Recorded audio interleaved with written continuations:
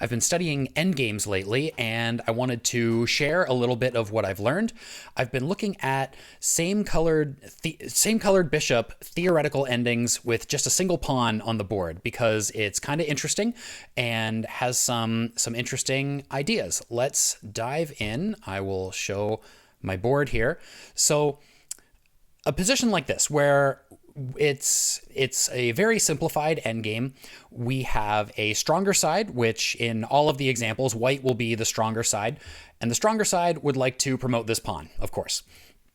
The weak side is defending and would like to prevent the pawn from promoting.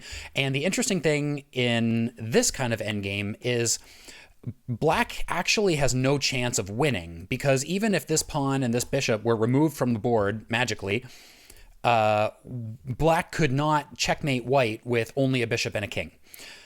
So one of black's ideas is if this pawn ever goes somewhere where it can be captured, then I'm trying to move it, but let's say, black moves here and then white moves here. If this pawn is ever captured, it's just a draw. Even if let's say instead of that, maybe white has their king way up here. This is just kind of for an example. If the pawn is captured, and even if white could then capture the bishop, the game is over. This is a draw. There's no way that checkmate can happen in this position, or at least no way that checkmate can be forced in this position. So one of black's defensive resources then is to try to trade off their bishop for the pawn, because then it is a draw. So the first scenario to look at is actually this case, which is a very simple case. Since the bishops are on the same color, if the defending king can make it to a blockade square in front of the pawn, which is the opposite color of the bishops, then it is absolutely a draw. There's nothing that white can do to deflect this king off of this square, and there isn't even the opportunity for something like Zugzwang to force black to move the king, because black can simply just shuffle back and forth with this bishop somewhere, as long as black is careful not to accidentally let the bishop get captured or anything like that.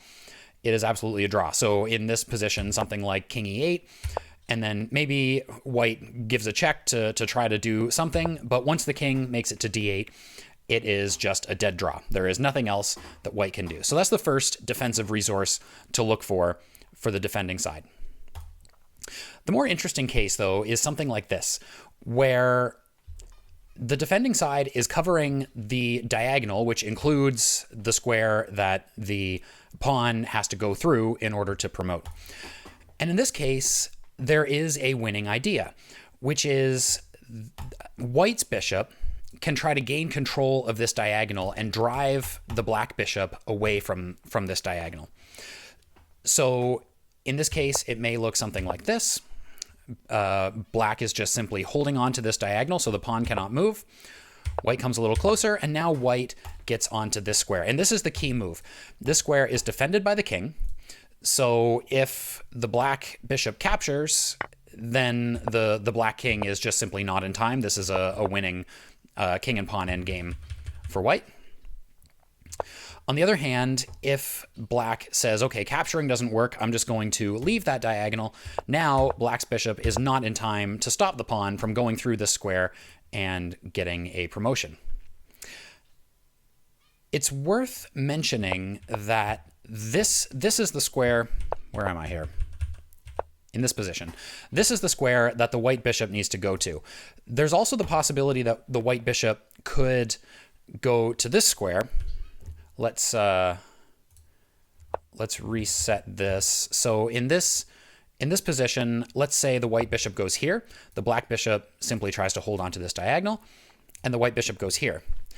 This is not the winning idea for white, because although it deflects the black bishop off of this diagonal, if white now tries to hold on to this diagonal, black can simply grab the other diagonal. And the reason they were able to do that is because black gets one extra tempo due to the fact that white is blocking their pawn.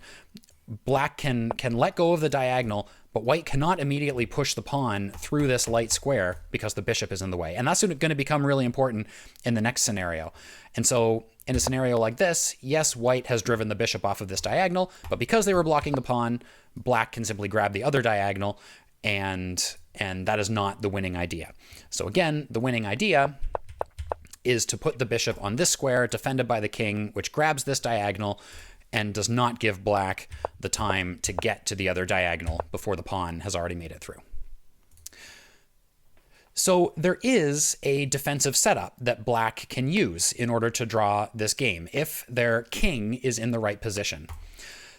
And it looks something like this. So we saw that white's king needs to be somewhere like here, so that this square, not this square, but this one, can be used with this bishop to drive the black bishop off of this diagonal and allow the pawn to go through. However, if the defending king has rear opposition to the strong king, then this square is not usable, because imagine if this bishop, let's say here and then here, and this bishop tries to use this square to drive the defending bishop off, now the king is covering, so that just simply loses the bishop, and the game is a draw, because this pawn will never be able to move through here.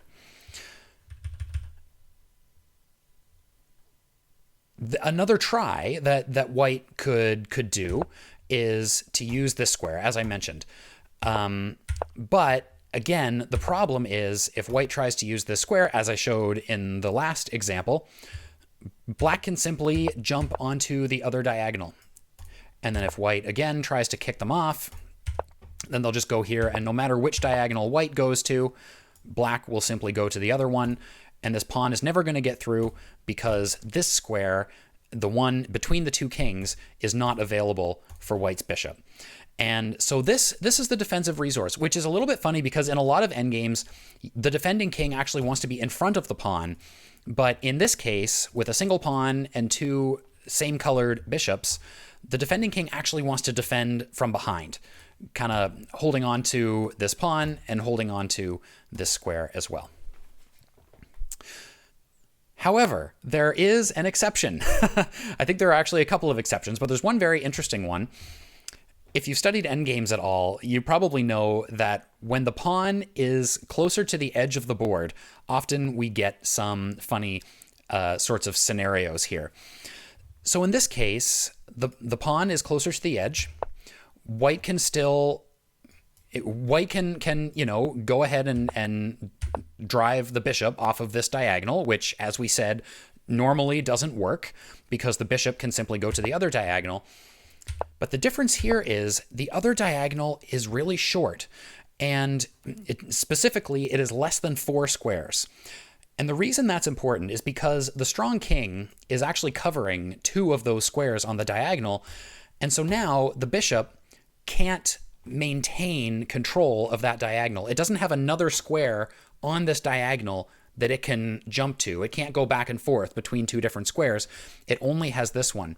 So there are a couple of ideas. One is that there's potentially a Zugzwang idea. So if white just moves the bishop back here, let me just check and make sure that works. Yeah, if white just moves the bishop back here, then this bishop can't go there or there because it will be captured by the king, and so it has to give control of that diagonal. I guess this may not work in this case simply because there is a waiting move you can play with the king, but there's another scenario I'll show you where a waiting move like this can work. It's an idea worth thinking about.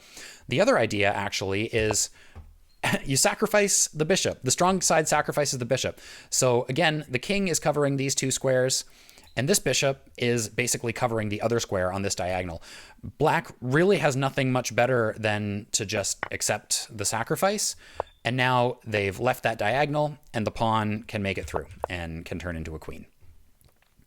There's another similar case like this where instead of the white king being here and covering these 2 squares, if the kings are on this side, then white covers these 2 squares. And it looks a little bit different, but it's essentially the same thing. The white bishop, again, will drive the defending bishop off of this long diagonal, forcing them to go to the short diagonal. And now the difference is there's this weird case where the 2 kings are defending here. So this idea still can work, but Okay, let me think. I'm going to try to say something wrong here. This idea doesn't work as well because the bishop does have another square that they can go to. However, okay, this is where our waiting move comes in, because this is the only square that is not covered by the king or the bishop. But now, if we simply play a waiting move, now what does black do? Black can't bring the bishop back here because that simply loses a bishop. And if black plays a waiting move with the king, like king b4, now white has this square again where they can remove that bishop from the diagonal, and the bishop moves and is not in time to stop the pawn from promoting. So the whole point here is if one of the diagonals that the defending bishop needs to cover is too short, meaning less than 4 squares, then even if the defending king is perfectly placed, it's still a win for the stronger side because of the fact that the diagonal is short. So just an interesting practical example from a game. In this case, black's first idea would be to try to get to this square, and so white is simply going to prevent that right away. Black is going to maintain this diagonal, and now white is going to go over here, and basically white is aiming for this square. These two squares are both covered for black, so the black king can't get in front. So white is simply going to walk around with their king and go to this ideal square. And so there are a few defensive ideas here that work, but the one that is most thematic with how we've been talking about this is actually the very unintuitive move, king g7. It looks very much like a step in the wrong direction, that this king is going away from where the action is. But white can't do much until their king is over here. The defending bishop is covering the diagonal just fine. And so as it turns out, black's king makes it just in time. White's king has gotten to the right place. Now white's bishop is coming to move the defending bishop off of this diagonal onto this one so that they can kick it off on this square. And black is just in time. Black is just in time to have this rear opposition set up. And now black can simply hold on to this diagonal. And again, if white tries to kick them onto the other diagonal, that is just fine. Black can defend this position. So I just thought that was a pretty interesting endgame. Might be interesting in practice. I think often same colored bishop endgames, I'm not sure how often they actually get down into this sort of theoretical type of position, but I feel like these theoretical positions are pretty good to know, pretty good to have in your back pocket. And so when you're playing an endgame, you can kind of evaluate when some trades happen. Does this bring me down into an endgame that I can win if you're on the stronger side, or an endgame that I can draw if you're on the weaker side or the defending side? And so knowing these sorts of things are very helpful for your game. So hope that was interesting. Hope that was helpful for you. Thanks for watching, and we'll see you next time.